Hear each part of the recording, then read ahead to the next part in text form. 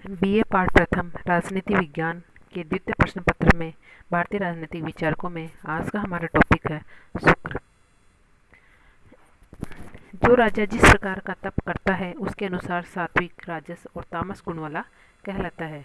सात्विक राजा अंत में मोक्ष प्राप्त करता है, तामस राजा अंत में नरक को प्राप्त करता है, राजस राजा मरने पर निम्न योनियों, पशु, सर्प, वृक्षादि योनियों को प्राप्त करता है। शुक्र नीतिसार। प्राचीन भारतीय राजनीतिक चिंतन के इतिहास में आचार्य शुक्र द्वारा रचित ग्रंथ शुक्र नीतिसार का विशिष्ट स्थान है, जिसे प्राय शुक्र नीति कहा जाता है। ये स्वयं शुक्राचार्य ने अपने ग्रंथ को नीतिसार कहा है। शुक्र नीतिसार में 4 मूल अध्याय हैं। इस ग्रंथ के कुछ संस्करणों में खिल नीति के रूप में 5वां अध्याय भी मौजूद है। इसके पश्चात हम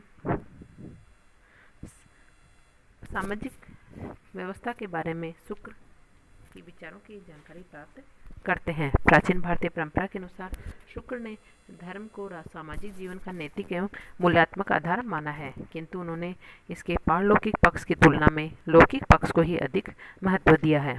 इस प्रकार शुक्र ने सामाजिक जीवन में शाश्वत नैतिक मूल्यों के स्थान पर देश, काल व स्थिति के अनुसार ही नैतिक मूल्यों को स्वीकारा है। शुक्र ने प्राचीन भारतीय परंपरा के अनुसार समाज संगठन का प्रमुख आधार वर्ण एवं आश्रम की व्यवस्था को स्वीकारा है। शुक्र ने सामान्यतः जन्म पर आधारित वर्ण व्यवस्था को स्वीकारा है, किंतु इसके साथ ही कर्म के आधार पर वर्ण व्यवस्था का भी समर्थन किया है। शुक्र ने ब्राह्मण, क्षत्रिय, वैश्य एवं शूद्र नामक 4 वर्णों के परंपरागत कार्यों का उल्लेख किया है। इसके साथ ही बताया है कि ब्राह्मण वर्ण के व्यक्ति को ब्रह्मचर्य, गृहस्थ, वानप्रस्थ एवं संन्यास नामक 4 आश्रमों का पालन करना चाहिए, किंतु अन्य शेष 3 वर्णों द्वारा प्रथम 3 आश्रमों का पालन ही पर्याप्त होता है। शुक्र ने वर्ण के साथ ही जाति का भी उल्लेख किया है। उनका मत है कि व्यवसायों के आधार पर जातियों का निर्माण होता है, क्योंकि अनेकानेक व्यवसाय संभव हैं और अनेकानेक जातियां भी संभव हैं। शुक्र ने एक जाति द्वारा दूसरी जाति की निंदा को राजज्ञ द्वारा दंडनीय अपराध भी माना है। इसके पश्चात हम शुक्र के राज्य संबंधी विचारों का अध्ययन करते हैं। राज्य की उत्पत्ति के संबंध में शुक्र नीतिसार ने राज्य की देवी उत्पत्ति के सिद्धांत को स्वीकारा है। शुक्र के अनुसार ब्रह्मा द्वारा राजा को प्रजा सेवक बनाया गया है। जो वेतन के रूप में प्रजा से राजस्व प्राप्त करता है, उसका स्वामित्व प्रजा की रक्षा के लिए ही है। जब विश्व में कोई स्वामी नहीं था और सर्वत्र अराजक व्यवस्था थी, सभी व्याकुल हो इधर उधर दौड़ने लगे, तब प्रभु ने इस विश्व की रक्षा के लिए राजा का सृजन किया। इस प्रकार शुक्र नीतिसार में दिव्य उत्पत्ति के सिद्धांत को माना है।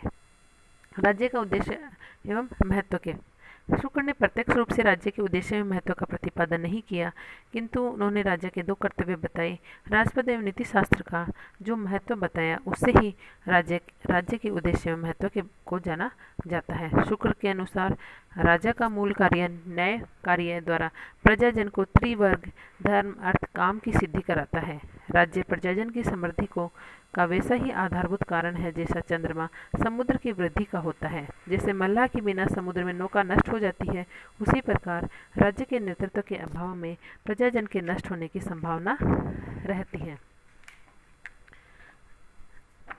इसके पश्चात हम राज्य की शुक्र के अनुसार परिभाषा एवं सप्ताह सिद्धांत के बारे में जानकारी प्राप्त करते हैं।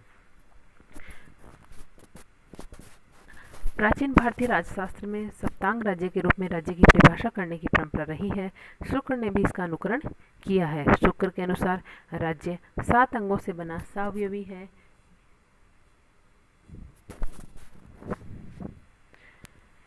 यह स्वामी, अमात्य, सुहृद, कोष, राष्ट्र, दुर्ग एवं बल के संयोग से बना है। शुक्र ने राज्य के इन विभिन्न निर्माणक तत्वों की मानव शरीर के विभिन्न अंगों से तुलना करते हुए कहा कि राज्य के इन 7 निर्माणक तत्वों में स्वामी, सिर, अमात्य, नेत्र, सुहृद, कर्ण, कोष, मुंह, बल, मन, दुर्ग, भुजाएं और राष्ट्र पैर हैं। इस प्रकार शुक्र ने राज्य को 7 अंगों वाले शरीर के रूप में परिभाषित किया। राज्य के निर्माणक तत्व में राज्य के सप्तांग सिद्धांत से ही स्पष्ट हो जाता है कि शुक्र ने राज्य के 7 निर्माणक तत्व स्वीकार किए, जिनमें स्वामी, अमात्य, सूर्योदय, कोष, राष्ट्र, दुर्ग तथा बल हैं।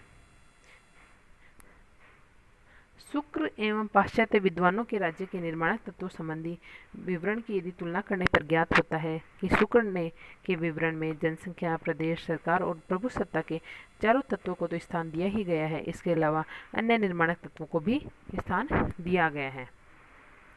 इसके पश्चात हम राज्यों का वर्गीकरण और प्रकार के बारे में जानकारी प्राप्त करते हैं।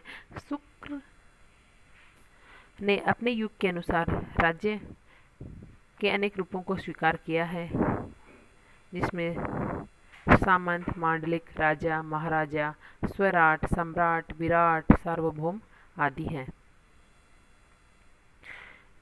वर्गीकरण का राजनीतिक आधार, यह वर्गीकरण केवल राजतंत्रात्मक राज्यों से ही संबंधित है। यह शुक्र के युग में प्रचलित राजतंत्रात्मक साम्राज्यवादी शासन प्रणाली से ही संबंधित है। इसी प्रकार वर्गीकरण के आर्थिक आधार को हम देखें तो इसका आधार राज्यों की वार्षिक आय और राजस्व की प्राप्ति है। इसी प्रकार नैतिक सिद्धांत को स्वीकारा गया है कि राज्य की यह आय प्रजा को पीड़ा दिए बिना होनी चाहिए। शासकों की पारस्परिक स्थिति में शुक्र ने केवल सार्वभौम शासक के प्रसंग में ही प्रभु सत्ता का उल्लेख किया है।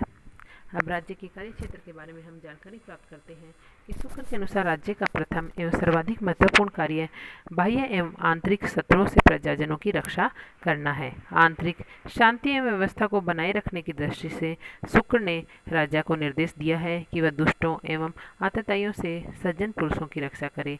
राजा को चाहिए कि वह अधर्म में डूबे हुए मित्र, पुत्र, गुरु, चोर, आतताइयों से सज्जन पुरुषों की रक्षा करे, साथ ही उन्हें दंडित भी करे, अपने राज्य में नहीं रहने दे।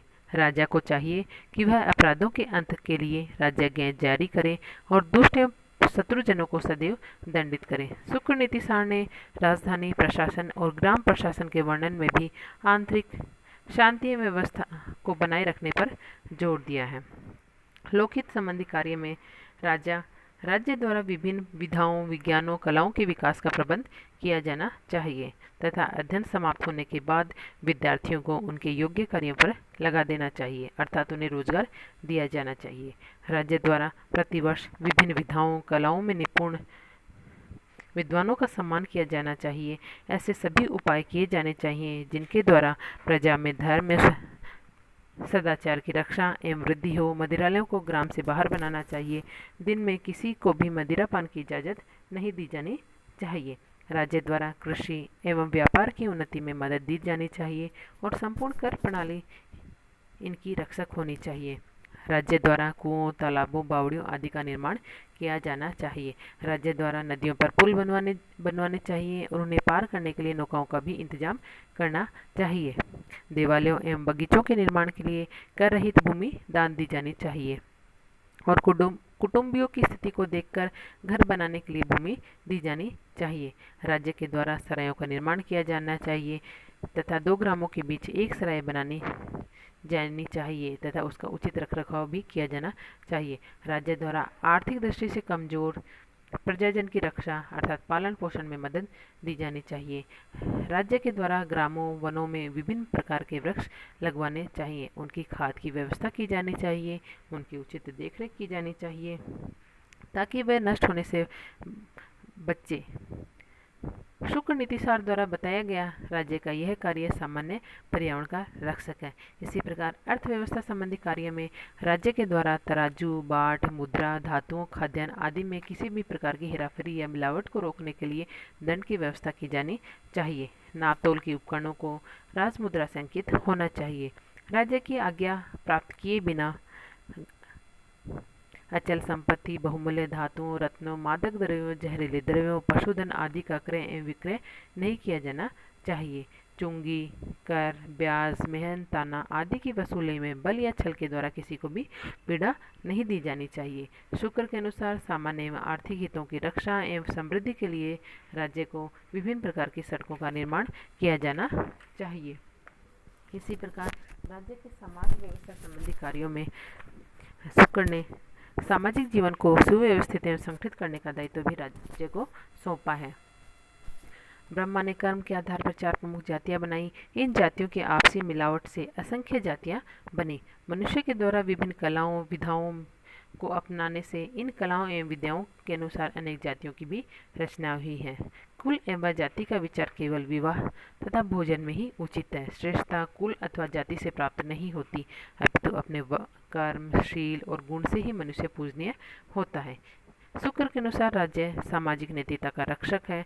राजा के गुणों का ही प्रजाजन अनुकरण करते हैं। इसी प्रकार शुक्र के अनुसार राज्य के बजट की व्यय राशि का 16.66% सत्र, चिकित्सालय, मंदिर, विद्यालय आदि जैसे सामाजिक एवं सांस्कृतिक एवं राष्ट्र निर्माण के कार्यों पर खर्च किया जाना चाहिए। Thank you.